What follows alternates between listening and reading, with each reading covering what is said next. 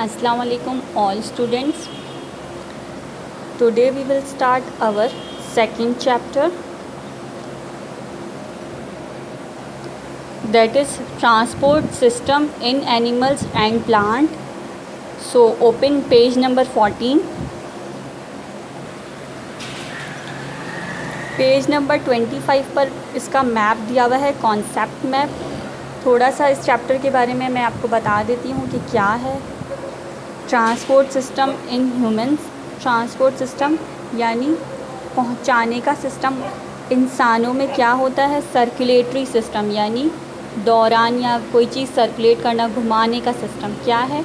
Group of organs which carry food and oxygen and to remove waste from every cell in the body.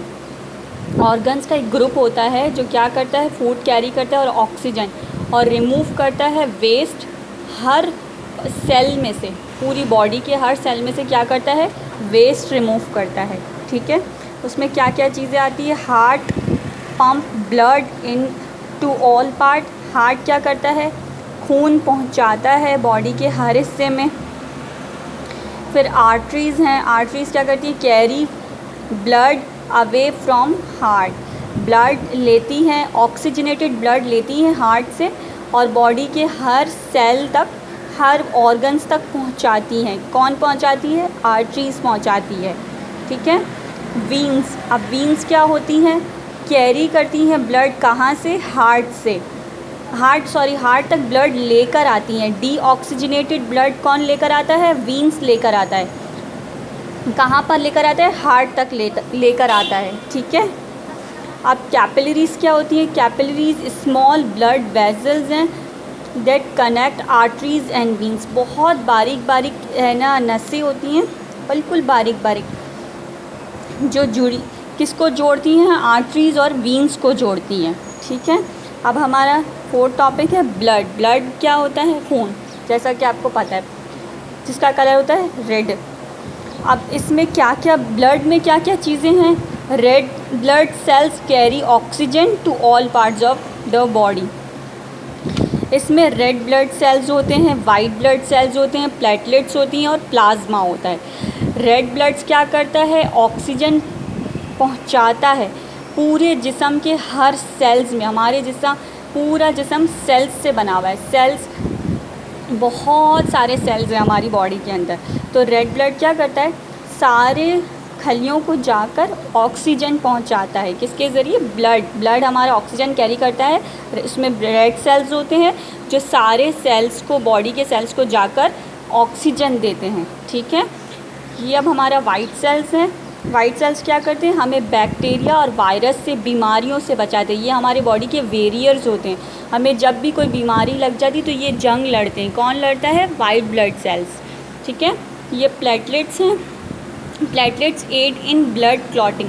जब हमारे अंदर से खून निकलता रहता है, थोड़ी देर होती है, खून बंद हो जाता है बिकॉज ऑफ प्लेटलेट्स, क्योंकि ये क्या करते हैं, छोटे छोटे क्लॉट्स होते हैं हमारे ब्लड के अंदर।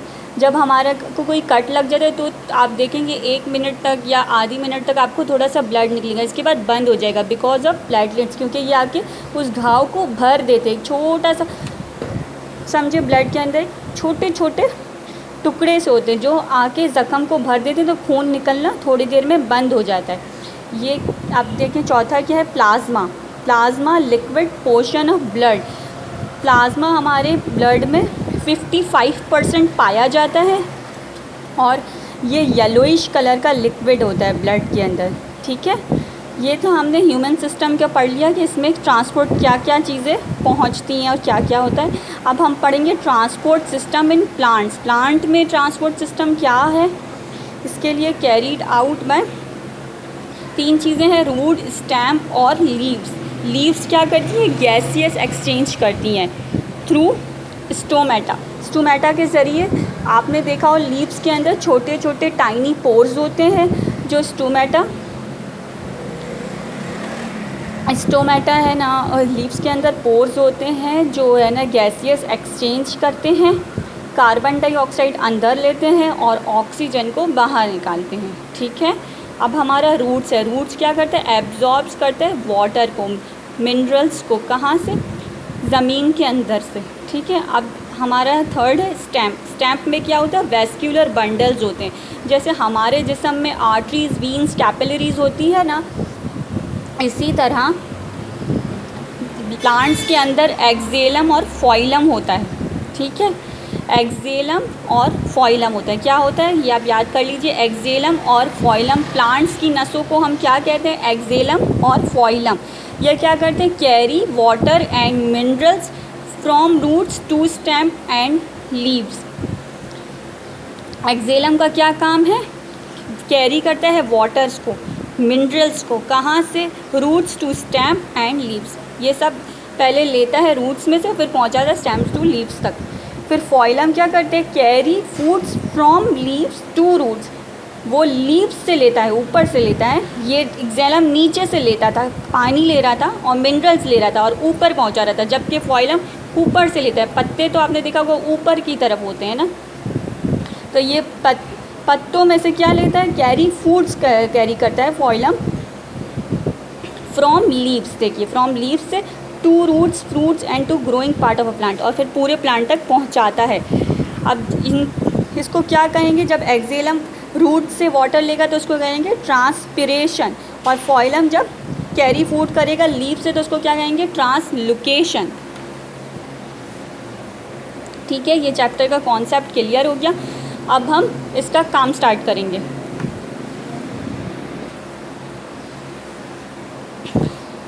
अब आपको अपना टाइटल पेज मेंटेन करना है। Don't forget to maintain your index and title page student. आपको अपना टाइटल पेज और इंडेक्स ज़रूर मेंटेन करना है। नाउ सी पेज नंबर 26 पे रिकॉल क्वेश्चंस आर गिवन। ठीक है, इसका फर्स्ट क्वेश्चन आप देखिए क्या है, what is the main job of the circulatory system. Circulatory system की मेन जॉब क्या है, इसका आंसर आपको पेज नंबर 15 पर मिल जाएगा। नाउ ओपन बुक का पेज नंबर 15 आप ओपन कीजिए। ये रहा, पूरा सर्कुलेटरी सिस्टम के बारे में लिखा है। ये पूरी हेडिंग लगाएंगे और यहाँ से लेकर यहाँ तक ब्लड तक पूरा लिख देंगे। अब देखिए क्वेश्चन नंबर बी है हमारे पास, what is heart made of. Heart किससे बना हुआ है, अब आपको बताना है। इस तरह जैसे मैंने हेडिंग लगाई है, आप भी इसी तरीके से हेडिंग लगाएंगे। ना open page number 15 on your book. The heart की हेडिंग, ये देखिए मैंने सिर्फ हार्ट की हेडिंग लगानी है और यहाँ से लेकर यहाँ तक वेंट्रिकल्स तक लिख देना है। क्वेश्चन नंबर सी है हमारे पास, what stop blood flowing backward through the heart. क्या चीज़ ब्लड स्टॉप करती है फ्लोइंग बैकवर्ड, उसको पीछे की तरफ फ्लो करने पर, थ्रू द हार्ट, हार्ट के ज़रिए। आपको बताना है। इसका आंसर आपको पेज नंबर 16 के फर्स्ट पैरा पर मिलेगा। देखिए पेज नंबर 16 मैंने ओपन कर लिया है। इसका first para, how the heart pumps blood, जो लिखा हुआ है ना, यहाँ से फर्स्ट लाइन देखिए, द हार्ट से लेकर fill up with the blood तक आपको लिख देना है। फर्स्ट पैरा पूरा लिख देना है। ठीक है, अब देखिए क्वेश्चन नंबर 4 है हमारा, what is a heart beat and how many time does it beat. हमारी हार्ट बीट क्या होती है और कितनी दफ़ा ये बीट करती है, आपको बताना है। पेज नंबर 16 पर इसका आंसर गिवन है। सेकंड पैरा आप देखिए, पेज नंबर 16 मैंने ओपन कर लिया है। अब इसका सेकंड पैरा देखिए, one complete contraction and relaxation is called a heart beat. एक कंप्लीट कॉन्ट्रैक्ट और रिलैक्स पार्ट हार्ट का क्या कहलाता है, हार्ट बीट कहलाता है। ये पूरा आपको पैरा लिख देना है एक्साइटमेंट तक। ओके, अब देखिए क्वेश्चन नंबर ई है हमारे पास, व्हाट आर कैपिलरीज। कैपिलरीज क्या होती हैं। पेज नंबर 17 पर इसका आंसर गिवन है। ये देखिए पेज नंबर 17 मैंने ओपन कर लिया है। कैपिलरीज़ की हेडिंग लगी हुई, आप हेडिंग लगाएंगे और पूरा कैपिलरीज़ के बारे में लिख देंगे।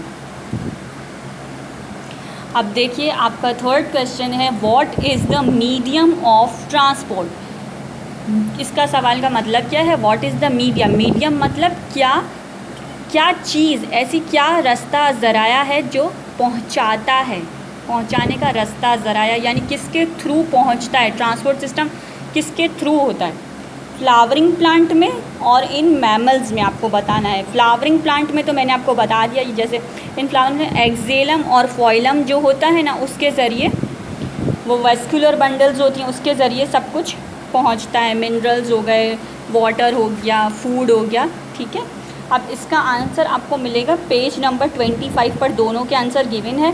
जैसे मैंने हेडिंग लगाई, आप हेडिंग लगाएंगे और पेज नंबर 25 ओपन करके इसका आंसर लिख देंगे। देखिए स्टूडेंट्स, ये रहा पेज नंबर 25 मैंने ओपन कर लिया है। इसमें एक्जेलम भी लिखा हुआ है और फॉइलम भी लिखा हुआ है। हेडिंग लगाएंगे और दोनों के बारे में लिख देंगे।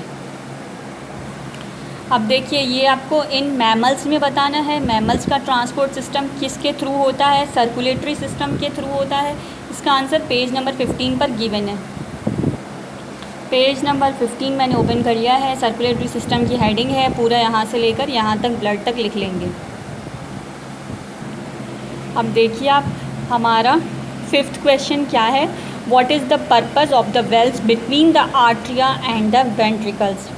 वेल्व्स का क्या पर्पज़ है, क्या मकसद है आर्टरिया और वेंट्रिकल्स के दरमियान में? इसका आंसर आपको मिलेगा पेज नंबर 16 पर।